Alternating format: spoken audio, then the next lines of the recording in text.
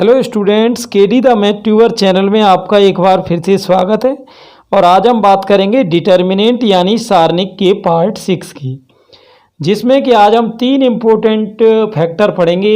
एक तो उपाव्यू यानी सब मैट्रिक्स, उप सारणिक यानी माइनर्स, और सह गुणनखंड या सहखंड जिनको कहते हैं कोफैक्टर्स। तो तीनों को अपन किसी सारणिक में से निकालते कैसे हैं और ये तीनों होते क्या हैं, इन्हें किससे प्रदर्शित करते हैं, तो ये सब जानने के लिए आप वीडियो को लास्ट तक देखें। चलिए स्टार्ट करते हैं। तो जैसा कि आप यहाँ देख रहे हैं, सबसे पहला पॉइंट है अपना उपआव्यू। अब ये क्या होता है उपआव्यू? देखिए कि किसी आव्यू की कुछ पंक्तियों या कुछ स्तंभ या पंक्ति एवं स्तंभ दोनों भी ले सकते हैं, दोनों को छोड़ने पर जो आव्यू शेष रहता है उसे उपआव्यू कहते हैं, यानी सब मैट्रिक्स कहेंगे। अब कैसे देखती है, एक एग्जांपल मैं आपको बताता हूँ। जैसे मान लो मैंने कोई ए इक्वल मैट्रिक्स ले ली, 3x3 ले रहा हूँ। चलिए 2 3 4 0 1 2 5 7 9, क्लियर, ये ले ली।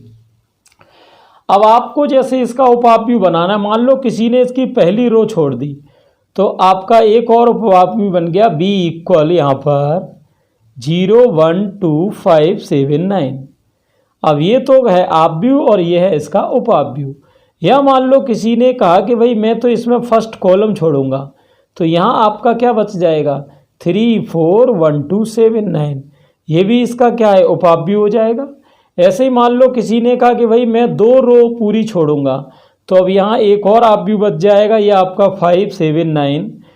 इस तरह आप देख सकते हैं। या मान लो किसी ने कई रो कॉलम छोड़ दी, जैसे कि मान लो उसने 2 कॉलम छोड़ दिए, 2 रो छोड़ दी, तो केवल 7 बचेगा। तो ये आपका ये एक और आव्यू आ गया जिसमें कि एक ही है। तो कहने का मतलब कि कैसा भी आव्यू हो सकता है, ये चारों जो है इसके क्या कहलाएंगे उपआव्यू यानी सब मैट्रिक्स। Clear students? अब अपन चलते हैं उपसारणिक यानी माइनर्स की तरफ। तो यहाँ स्टूडेंट्स बात कर रहे हैं अपन उपसारणिक यानी माइनर की। अब देखिए ये क्या होता है, यहाँ पर मैं आपको बता दूं कि किसी अवयव की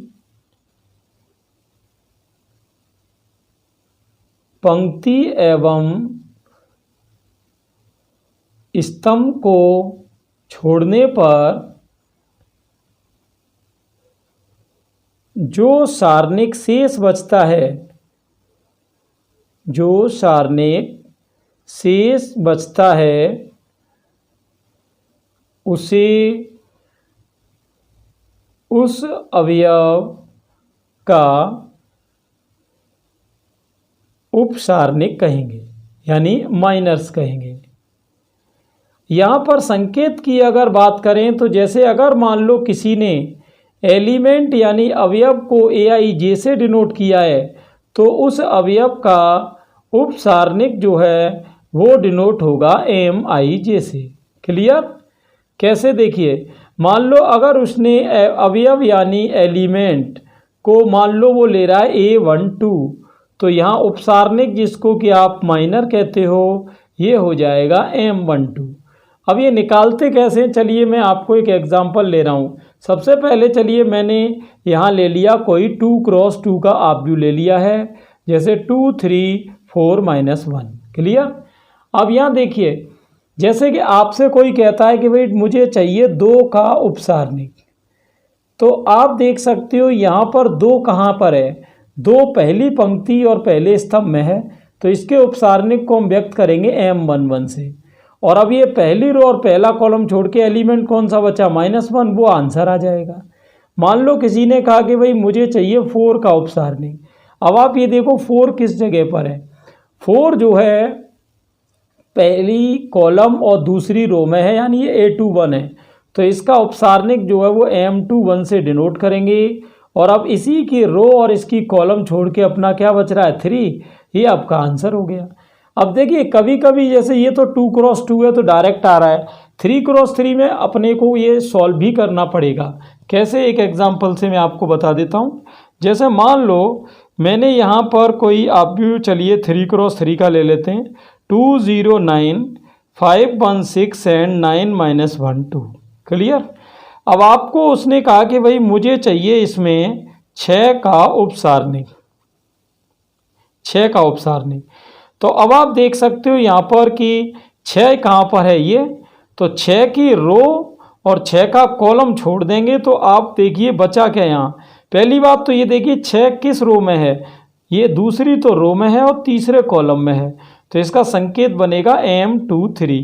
अब करना क्या है, यहाँ देखिए आपको करना ये है कि आपको दूसरी पंक्ति और तीसरा स्तंभ छोड़ के बचा क्या क्या वो लिख लेना है। तो यहाँ बचा 2 0 9 -1। और जैसे आप 2 क्रॉस 2 की सारणिक हल करते थे तो किस तरह हल करते हैं आप, क्रॉस मल्टीप्लाई से, उसी तरह सॉल्व कर देंगे।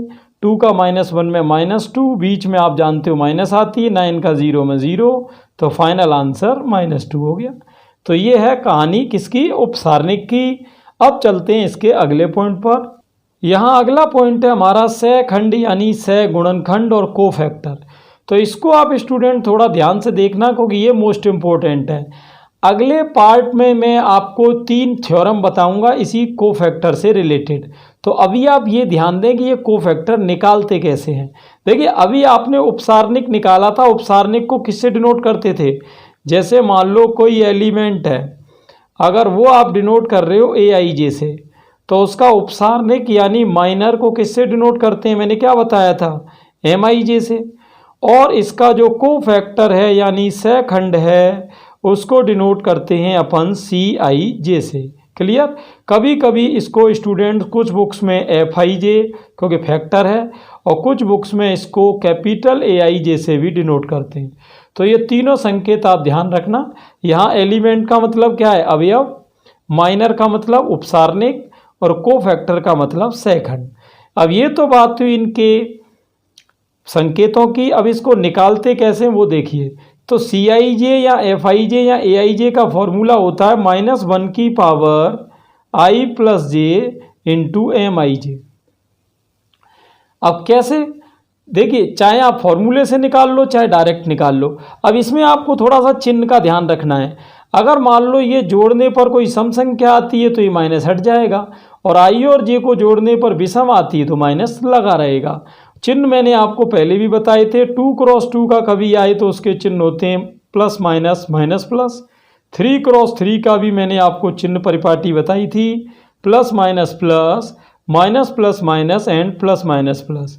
वैसे तो 4 क्रॉस 4 का क्वेश्चन पूछा नहीं जाता है, लेकिन फिर भी आपको अगर साइन इसके याद करने हो तो plus minus plus minus, minus plus minus plus, plus minus plus minus and minus plus minus plus.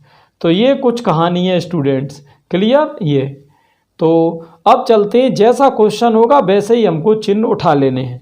जैसे मान लो मैं यहाँ पर चलिए कोई एग्जाम्पल ले लेता हूँ, जैसे मैंने 2 क्रॉस 2 का ही ले लिया, 2 0 -1 -3। क्लियर। अब आपसे मान लो वो ये कहता है कि मुझे चाहिए -1 का सहखंड यानी कोफैक्टर ऑफ -1। तो पहले तो आप ये देखो कि ये -1 कौन सी रो और कौन से कॉलम में है। तो ये ध्यान रहे -1 जो है यहाँ पहली कॉलम और दूसरी रो में है, तो इसको आप डिनोट करोगे C21 से।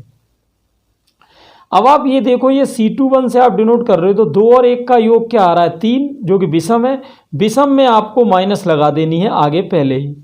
और अब देखना है कि दूसरी पंक्ति और पहले स्तंभ को छोड़ के बचा क्या। तो दूसरी पंक्ति और पहले स्तंभ को छोड़ के बचा 0, तो -0 आया, जिसे कि आप 0 ही लिखेंगे। ये हो गया। चलिए इसमें एक और देखते हैं। मान लो यहाँ किसी ने कहा कि भाई मुझे चाहिए -3 का सहखंड। अब आप ये देखो -3 कहाँ पर है, तो ये दूसरी रो और दूसरे कॉलम में है, तो इसे आप C22 से डिनोट कर सकते हैं। अब 2 और 2 4 हो रहे हैं, यानी यह योग आ रहा है सम। सम में मैंने बताया था प्लस लेना है, और आपको अगर मान लो ये भी सम विषम याद न रहे तो आप ये ध्यान रखो, प्लस माइनस माइनस प्लस। जैसे आपने -3 लिया है तो इसके सामने प्लस लग रहा है तो यहाँ प्लस लगा दो। इस तरह से भी आप कर सकते हो। और अगर डायरेक्ट देखना हो तो विषम आए तो माइनस लगाना है, सम आए तो प्लस। अब -3 की रो कॉलम को छोड़ देना है तो बचा क्या, 2। तो फाइनल आंसर हो गया 2। तो इस तरह स्टूडेंट्स ये सेकंड निकालना कोई कठिन चीज़ नहीं, बिल्कुल आसान है। तो ये था 2 क्रॉस 2। चलिए अगला एग्जाम्पल मैं आपको ले लेता हूँ 3 क्रॉस 3 का। तो यहाँ देखिए मैंने 3 क्रॉस 3 का एक एग्जाम्पल लिया है। अब इसमें अपन 2-3 सेकंड निकाल के देखेंगे तो क्लियर आपके बिल्कुल समझ में आ जाएगा। जैसे मान लो मुझसे किसी ने कहा कि आपको ये 7 का सेकंड निकालना है। तो सबसे पहले तो बात करते हैं चिन्ह की। तो 7 आप देख रहे हो दूसरी पंक्ति और दूसरे स्तंभ में है, तो इसको आपका सेकंड होगा C22। अब आप देख रहे हैं 2 और 2 4 हो रहा है, सम आ रहा है, सम में आप प्लस लगा दीजिए। अब दूसरी पंक्ति और दूसरा स्तंभ छोड़ दो। तो दूसरी पंक्ति और दूसरा स्तंभ छोड़ के आपके अवयव बचे ये 4, 5 -1 3 और 1। अब जैसा कि मैंने बताया था अगर सिंगल एलिमेंट हो तो डायरेक्ट आंसर आ जाएगा, लेकिन ऐसे कोई 2 क्रॉस 2 की सारणी को तो वो क्रॉस मल्टीप्लाई से सॉल्व होगी। तो ये 5 का 1 में 5, बीच में माइनस आ गया, -1 का 3 में ये हो गया -3। तो यहाँ आपका हो जाएगा 5 माइनस माइनस प्लस के 3 और 5 और 3 हो गया 8। क्लियर। अब यहाँ देखते हैं एक और एलिमेंट, जैसे मैंने ये ले लिया, चलिए 3। ठीक, इस 3 का सेकंड देखते हैं। 3 का सेकंड, अब आप ये देखो 3 किस जगह पर है, 3 आपका तीसरी रो और तीसरे कॉलम में है। क्लियर। तो यहाँ आप देख रहे हो कि ये तीसरी रो और पहले कॉलम में, तो इसका आएगा आपका C31। अब यहाँ 3 और 1 4, ये भी सम हो रहा है तो प्लस आएगा। अब आपको करना क्या है, ये जो 3 का सेकंड है इसलिए 3 की पंक्ति और 3 का स्तंभ छोड़ के जो बचे उसे ले आओ। तो क्या क्या बच रहा है, 9 -1 7 5। और इसको कैसे सॉल्व करते हैं स्टूडेंट, क्रॉस मल्टीप्लाई से।